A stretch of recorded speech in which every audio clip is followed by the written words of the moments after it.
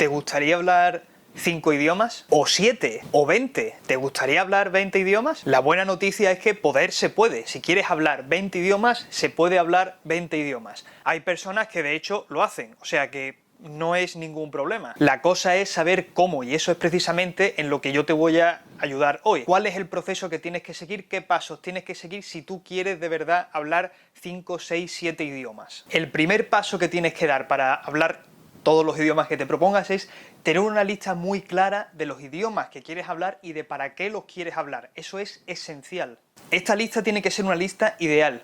No pienses en hacer una lista realista en este momento. Lo que tienes que hacer no es nada de eso, es simplemente pensar qué es lo que harías si tuvieses todo el tiempo del mundo y si tuvieses todo el dinero del mundo o todos los recursos necesarios para estudiar idiomas. ¿En qué lo invertirías? ¿Qué querrías conseguir? ¿Cuáles serían tus objetivos ideales? Establecer una lista ideal de qué idiomas querrías estudiar o qué idiomas querías hablar es importante porque en el momento en el que cambien nuestras condiciones diarias en las que estamos sometidos, pues podemos igual adaptar la nueva circunstancia a nuestros objetivos ideales. Entonces, es muy importante saber cuáles son esos objetivos ideales, aunque después no se vayan a materializar todos ellos en el momento o en el día a día, en este presente. Igualmente es muy importante que sepas qué es lo que quieres hacer con cada idioma, porque dependiendo de lo que quieras hacer con cada idioma, el tipo de entrenamiento que tendrás que utilizar será diferente.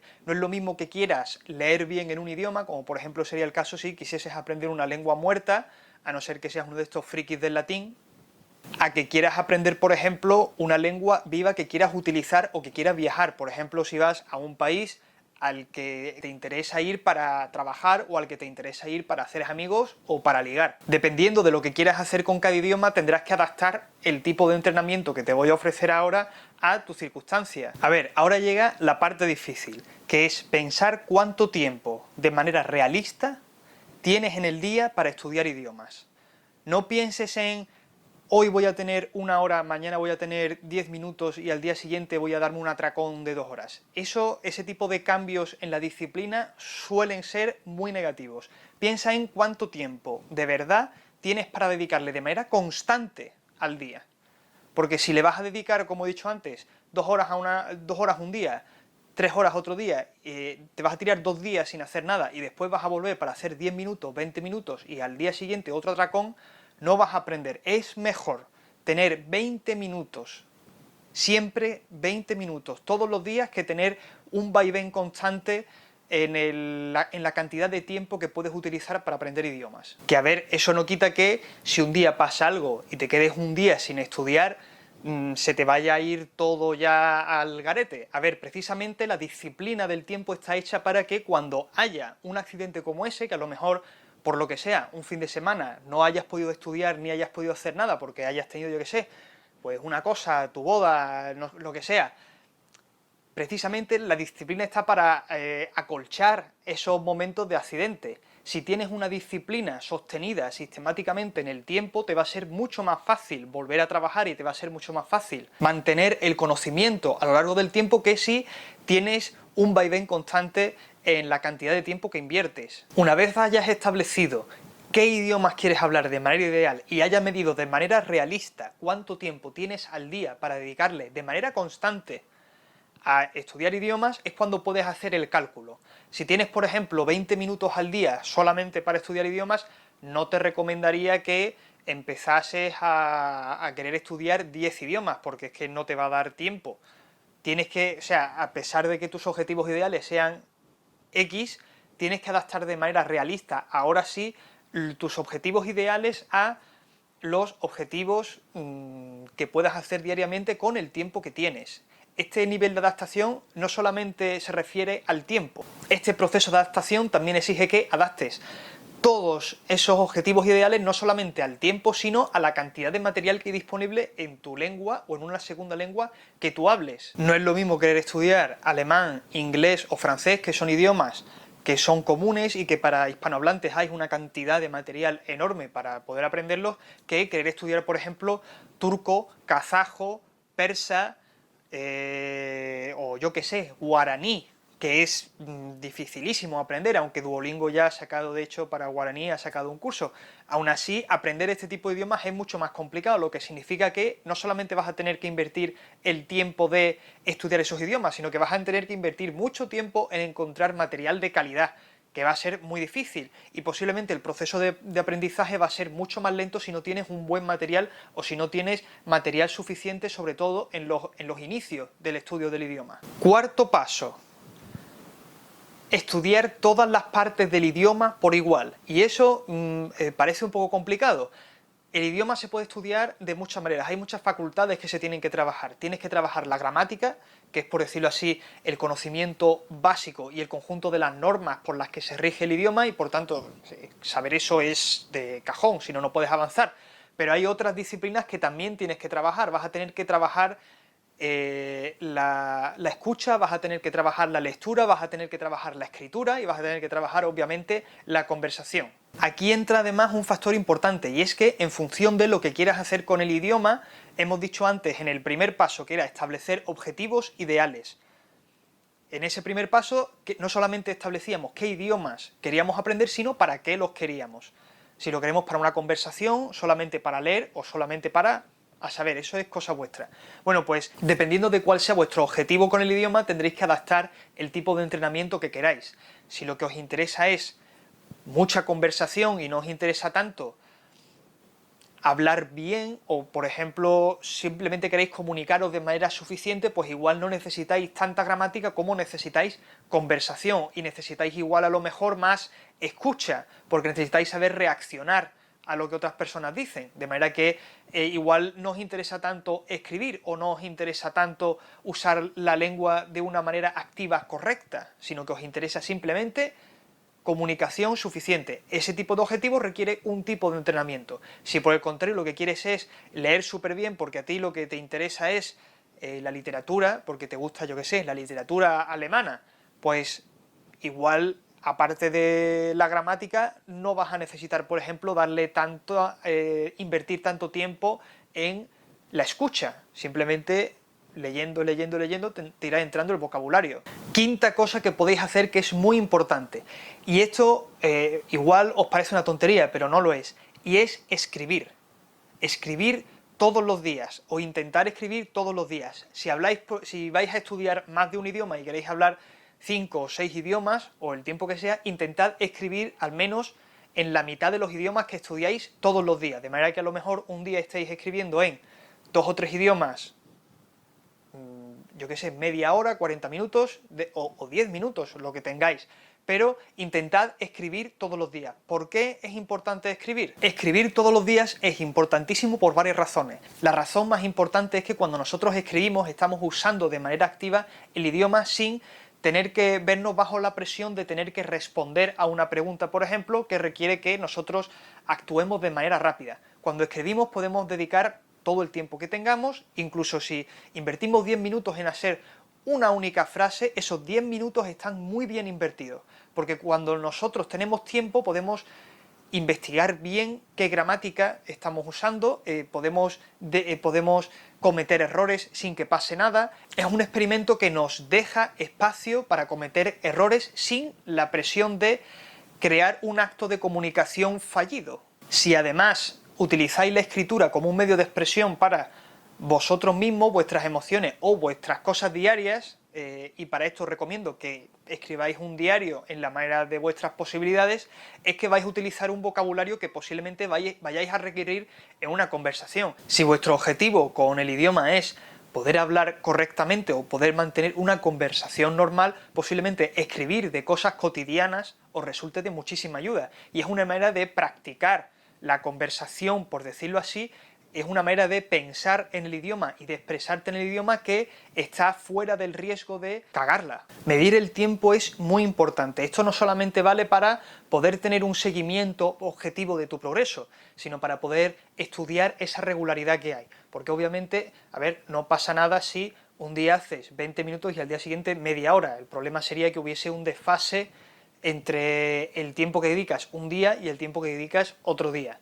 Lo importante es mantener una cierta regularidad adaptable a las circunstancias de tu vida diaria, pero sí que es importante medir ese tiempo que inviertes, porque así sí que puedes tener una noción de qué progreso estás haciendo. Esto no solamente vale para cuánto tiempo dedicas a qué idioma, sino cuánto tiempo dedicas a qué parte del estudio del idioma.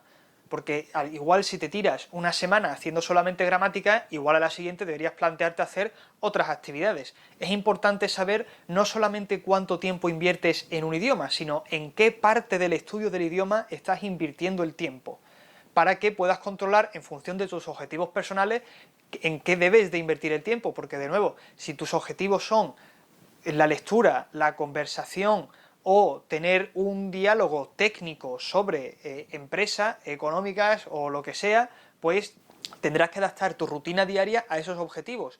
Y para eso es muy importante tener una noción muy clara de en qué se está invirtiendo el tiempo. Séptimo, pequeño consejo para realizar las escuchas y los beneficios que tiene escuchar constantemente el idioma aunque no entiendas absolutamente nada. Incluso aunque estés estudiando una lengua muerta, yo te recomendaría que intentases escuchar el idioma.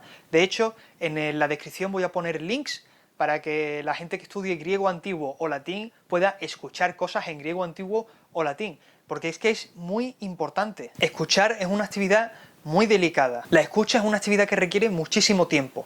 Hay que invertir muchísimo tiempo en ella y realmente no se obtienen resultados visibles positivos a primera vista y posiblemente en el día a día se convierte en una tarea que puede parecer incluso superficial. Además de eso, hay que tener un material muy bueno y no siempre está disponible en los idiomas en los que lo buscamos.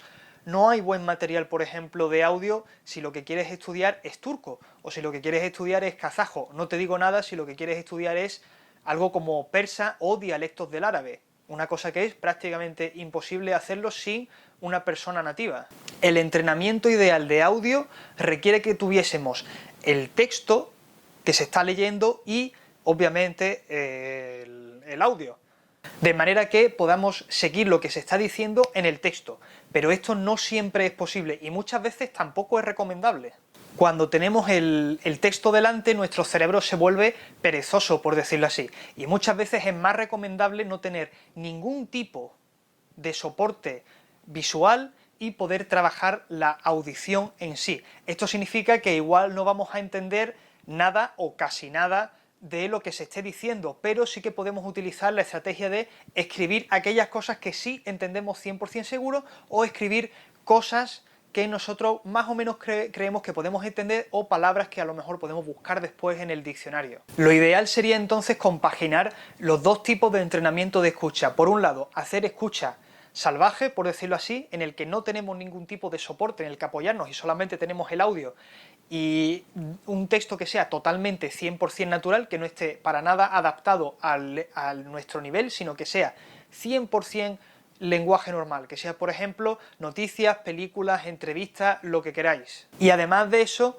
tener de manera más o menos regular escuchas de textos que estén adaptados a nuestro nivel y donde se lea de una manera un poco más artificial, a lo mejor leyendo más despacio. Los libros de gramática suelen incorporar este tipo de lecturas o suelen incorporar este tipo de textos.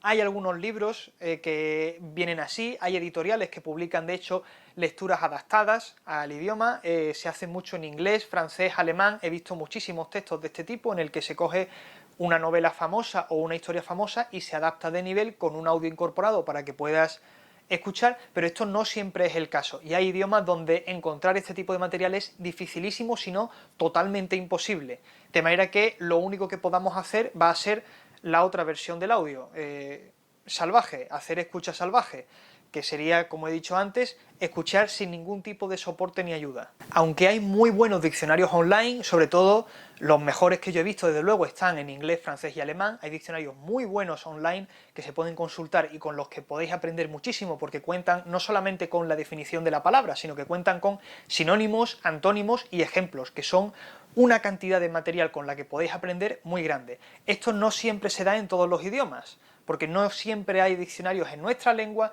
que tengan el nivel de claridad que necesitaríamos. Incluso cuando recurrimos a segundas lenguas, por ejemplo, si alguien recurre estudiando turco a un diccionario turco-inglés, pues le puede suceder que efectivamente a lo mejor el diccionario sea bueno pero no ofrezca ejemplos, como pasa por ejemplo con la página de Turing, que es muy buen diccionario pero no ofrece ningún ejemplo de las palabras en su contexto de manera que nosotros podamos activamente utilizarlas. Esta carencia nos abre una oportunidad, que es crear nuestros propios glosarios, que es una cosa en la que se puede invertir tiempo y que puede tener frutos muy positivos, porque cuando nosotros creamos nuestro propio glosario, lo adaptamos a nuestras necesidades o a las necesidades concretas del idioma. En los glosarios, de hecho, podéis poner no solamente los ejemplos que queráis, sino que podéis añadir toda la información gramatical que os haga falta a vosotros para conocer bien la palabra y saber cómo se usa, que es lo importante y en lo que muchos diccionarios fallan, a la hora de dar información gramatical suficiente para poder utilizar la palabra de forma activa, no solamente para entenderla cuando uno la oye o la lee. Otra manera de aprender muy importante y que puede resultaros muy útil es utilizar textos traducidos en varios idiomas. Como sabéis, hay textos, el más famoso de ellos quizá, la Biblia, que están traducidos a muchísimos idiomas, de manera que si estáis aprendiendo varios idiomas, igual no os interesa solamente saltar desde vuestro idioma nativo hasta el siguiente idioma, sino que podéis también incluso saltar de los idiomas entre ellos. Podéis a lo mejor, si estudiáis, yo que sé, inglés, alemán y francés, ver cómo palabras de esos tres idiomas se relacionan entre ellas y no solamente cada una de ellas con el español en este caso. Aquí tenéis el Principito en mozárabe, el Principito en francés antiguo, el Principito en provenzal, el Principito en checo, el Principito en latín, incluso en latín, el Principito en kurdo, chaval, en kurdo, o sea, en kurdo, el Principito en turco, un clásico, me lo pillé en Estambul, me encanta,